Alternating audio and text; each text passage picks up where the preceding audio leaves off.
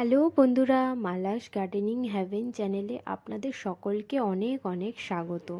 আশা করি আপনারা সবাই অনেক ভালো রয়েছেন আর আপনার বাগানের গাছপালাও অনেক ভালো রয়েছে। আজ শুক্রবার, তাই বাগানে আসতে অনেক দেরি হয়ে গেল। এখন বিকেল প্রায় 3:30 বেজে গেছে। এই দিকে দেখুন, আমি নিয়ে এসেছি বোগেনভিলিয়া গাছের একটি কাটিং, আর এখানে পার্পল হার্টের কিছু কাটিং, আর এখানে রয়েছে ধনেপাতার গোড়ার অংশগুলি, এগুলিকে বসাবো। আর এদিকে রয়েছে আলুর কিছু মুখ, এগুলোকেও আমাকে আজকে লাগাতে হবে। চলুন তাহলে আজকে আপনাদের সাথে শেয়ার করি এই সমস্ত কিছু কিভাবে আমরা খুব সহজে লাগাতে পারি। বোগেনভিলিয়ার কাটিং আমি ফার্স্ট টাইম লাগাচ্ছি, কারণ এতদিন পর্যন্ত বোগেনভিলিয়া আমি শুধুমাত্র ওর কাটার ভয়তেই লাগাইনি। আর ধনেপাতা লাগাবার জন্য আজকে একটি সম্পূর্ণ নতুন টেকনিক ব্যবহার করব। আমি ইউটিউবে অনেকবারই দেখেছি যে লোকজন এই ধনেপাতার গোড়াকে জলের মধ্যে বালি দিয়ে সুন্দর গ্রো করে। আমি এখনও একবারও এই জিনিসটি ট্রাই করিনি। তো আজকে ভাবলাম ওইভাবে একবার লাগিয়ে দেখা যাক যে কি হয়। ওই জন্য বাজার থেকে ধনেপাতা আনবার পর ধনেপাতার ডগার অংশগুলিকে কেটে নিয়েছি, তারপর একটা বোতল নিয়ে নিয়েছি, আর বোতলের মাঝখানতে বরাবর এইভাবে কেটে আর বোতলের ছিপিটার মধ্যে একটি ক্রস করে কাট লাগিয়ে নিয়েছি। এই যে তৈরি হয়ে গেল এই সিস্টেমটি। এবার নিচেরটাতে জল ভরে দিতে হবে, ওপরে বালি দিয়ে ধনেপাতার গাছের গোড়াগুলোকে লাগিয়ে দিতে হবে। এই দেখুন, এর মধ্যে অর্ধেক পরিমাণে বালি ভরে দিলাম, তার উপরে এই কাটিংগুলিকে রেখে দিলাম। এবার আরও কিছুটা বালি দিয়ে এর গোড়াটিকে ভরে নিতে হবে। এই দেখুন, আরও কিছুটি বালি দিয়ে দিচ্ছি যাতে গোড়াটা এই বালির সাহায্যে সোজা হয়ে দাঁড়াতে পারে। এইভাবে ভালোভাবে দিয়ে দিলাম। এবার এর মধ্যে জল দিতে হবে। এইভাবে দেখেছি আমি ইউটিউবে লোকজন ধনেপাতা গ্রো করে আর খুব সুন্দর গ্রো হয়। আমি তো কখনো করিনি, তো ভাবলাম এবার একবার ট্রাই করে দেখা যাক। এই দেখুন, দিয়ে একে এর উপরে বসিয়ে দিতে হবে। এবার যেহেতু বালি রয়েছে, ওপর থেকে আমি আরেকটু জল দিয়ে দিলাম। এবার ব্যাস তৈরি হয়ে গেল। এবার একে নিয়ে গিয়ে রেখে দেবো আমি শীতের যে শাক লাগিয়েছি তার পাশেই। এক জায়গায় সমস্ত ধরনের গাছ থাকলে লাগাতে খুবই সুবিধা হয়। আর এদিকে দেখুন, বোগেনভিলিয়ার সমস্ত পাতাগুলিকে ছাঁটাই করে এইভাবে গুঁড়াটিতে 45 ডিগ্রি অ্যাঙ্গেল করে আর ওই হলুদের গুঁড়োর মধ্যে রেখে দিলাম। আর বোগেনভিলিয়ার কাটিং লাগাবার জন্য আমি এখানে বালি ব্যবহার করব। আপনারা চাইলে বালির পরিবর্তে কোকোপিট আর নয়তো নর্মাল গার্ডেন সয়েলও ব্যবহার করতে পারেন। আমার কাছে মনে হয় যেন বালিতে গাছ খুব সহজে গ্রো হয়, ওই জন্য আমি আর রিস্ক নিচ্ছি না, আর বালির মধ্যেই গ্রো করছি। প্রথমে এই কাটিংগুলি রেডি করবার পরে এই বালিকে জল দিয়ে ভিজিয়ে নিয়ে একটা কাঠির সাহায্যে ফুটো করে নিলাম। এবার তার মধ্যে কাটিংগুলিকে বসিয়ে দিয়ে একটুখানি জল দিয়ে দিলাম যাতে আলগা হয়ে যাওয়া বালিগুলি আবার কাটিংয়ের গায়ে লেগে যায়। এবার যেহেতু এই বোগেনভিলিয়ার যে ডালগুলি হয় খুবই শক্ত হয়, আর ওই কারণে একে একটি প্লাস্টিক দিয়ে সুন্দর করে ঢেকে নিয়ে ছাওয়া জায়গাতে নিয়ে গিয়ে রেখে দিলাম। এইখানে দেখুন, কলিয়াসের গাছটা আমি লাগিয়েছিলাম, কত সুন্দর গ্রোথ হয়েছে। এবার দেখুন, এইবার লাগাবো এই পার্পেল হার্টের গাছটা। পার্পেল হার্টের গাছ খুবই সহজে গ্রো হয়ে যায়। আমি এর আগে একবার কাটিং লাগিয়েছিলাম, সেই গাছগুলোও বেঁচে আছে।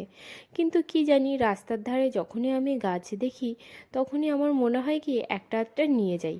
তো আজকে আবার স্কুল থেকে ফেরবার সময় দেখি যে এই যে গাছগুলি রাস্তার ধারে পড়ে রয়েছে, তা আমি আর ফেলে না দিয়ে ওগুলোকে তুলে নিয়ে চলে আসলাম।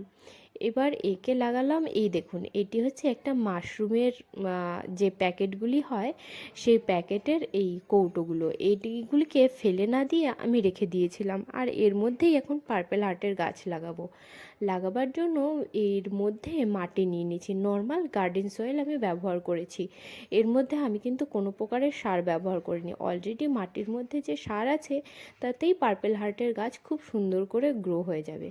এবার যে সমস্ত কাটিংগুলো একটু বড় বড় সাইজের ছিল সেগুলিকে ভেঙে ভেঙে দুটো করে নিয়েছি। আর এইটা দেখুন, সব থেকে ছোট্ট কাটিং। এই দেখুন, এটিকেও মাটির মধ্যে বসিয়ে দিলাম, দিয়ে হালকা করে জল ছিটিয়ে দিয়ে মাটিটিকে পুরো ভিজিয়ে দেব। আর এটিকে নিয়ে গিয়ে রেখে দেব যেখানে আমার অন্য পার্পেল হার্টের গাছগুলি আছে সেইখানে। সমস্ত যে ধরনের গাছ, যেহেতু এটি একটি ইনডোর প্লান্টের গাছ, ইনডোর প্লান্টের সমস্ত গাছই মোটের উপরে আমার একই জায়গাতে আছে, তো এটাকেও নিয়ে গিয়ে সেইখানেই রেখে দিলাম। এই দেখুন, এটি আমার পুরনো পার্পেল হার্টের গাছ।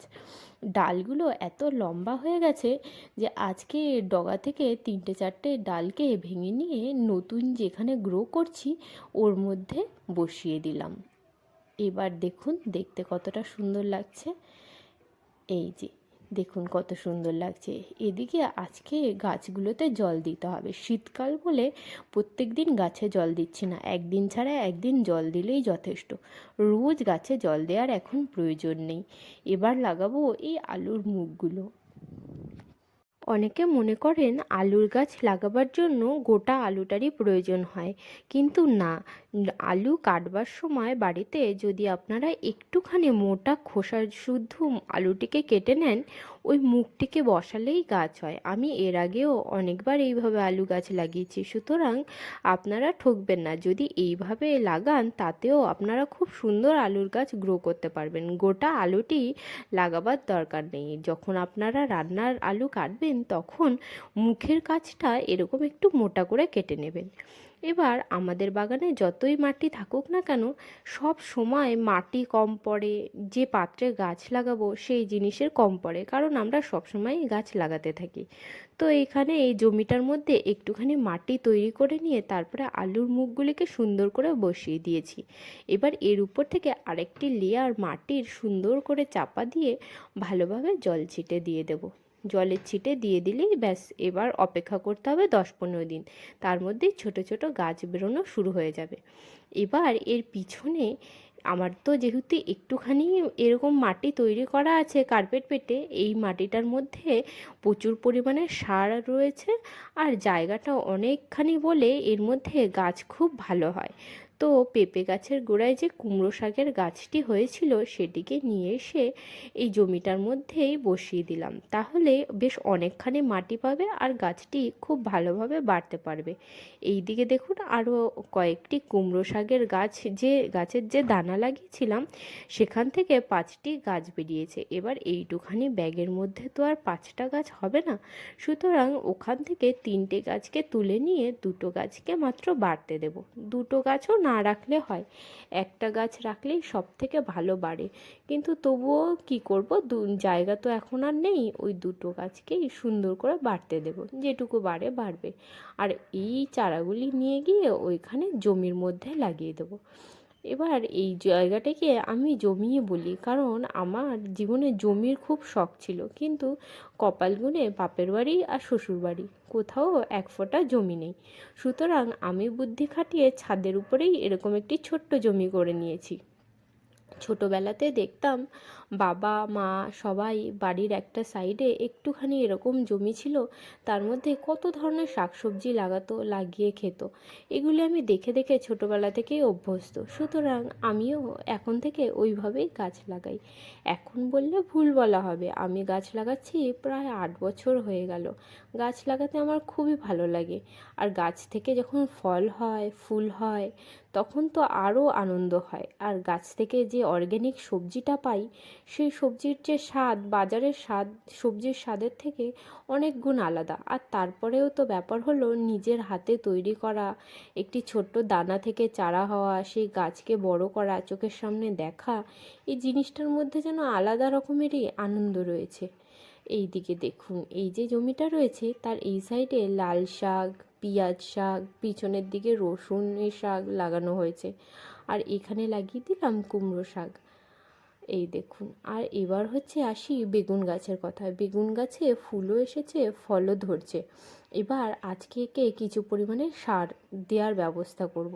এবার সার বলতে আমি কিছুদিন আগেই 15 দিন আগেই গোবর সার আর মাটি মিশিয়ে গোড়াতে প্রয়োগ করেছিলাম, আর তারপরে আর কোনো সার দেওয়া হয়নি, নর্মালি জল দিচ্ছিলাম।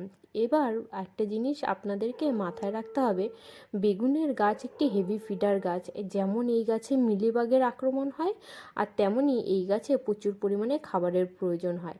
এবার খাবার দেওয়ার জন্য এই দেখুন আজকে আমি নিয়ে এসেছি এই সবজির খোসাগুলো। 2টো গাছের গোড়ায় 2টি প্যাকেট ভরা সবজির খোসা দিয়ে দিলাম। এবার এই গাছের গোড়ায় সবজির খোসা দেওয়ার জন্য প্লাস্টিকে ভরেও অনেকে সবজির খোসা গাছের গোড়ায় দেন, কিন্তু আমার কাছে মনে হয় ওইভাবে দেওয়ার থেকে এইভাবে দেওয়ায় উপকার অনেক বেশি। এইভাবে গাছের গোড়ায় ভালো করে সবজির খোসাগুলিকে চারিদিক থেকে দিয়ে তার উপরে একটি লেয়ার মাটির চাপা দিয়ে দিতে হবে। তার উপরে গাছটিকে হালকা করে জল স্প্রে করে দিতে হবে, তাহলেই ব্যাস হয়ে গেল। আবার ঠিক 1 মাস পরে আবার আপনাকে এর মধ্যে কোনো সার প্রয়োগ করতে হবে। 1 মাস এই খাবারেই গাছের চলে যাবে। সম্পূর্ণ অর্গ্যানিক পদ্ধতিতে সবজি চাষ করবার জন্য আপনারাও গাছের গোড়ায় এইভাবে সবজির খোসাকে দিয়ে তার উপরে হালকা করে মাটি চাপা দিয়ে আর উপর থেকে জল ছিটা দিয়ে দিতে পারেন। এবারে ব্যাপারটি হলো, এইভাবে যদি আপনারা করেন তাহলে কি হয়, একসাথে আপনারা কম্পোস্টও তৈরি করতে পারছেন, আবার আপনার উপরে গাছও হচ্ছে।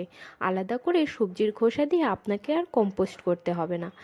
আর এতে ফল ফুল সবজি সমস্ত গাছই খুব ভালো হয়। আমি তো দীর্ঘদিন ধরে এইভাবে গাছে সার দিয়ে আসছি, এতে কোনো সমস্যা হয় না। গাছের হেলথ খুবই ভালো থাকে আর গাছ প্রচুর পরিমাণে খাবার এই সবজির খোসা থেকেই পায়। আজকের ইনফরমেশন যদি আপনাদের ভালো লাগে তবে লাইক শেয়ার সাবস্ক্রাইব করে আমার পাশে থাকবেন। দেখা হচ্ছে আবার কাল একটি নতুন ব্লগে। আজকের মতন টাটা।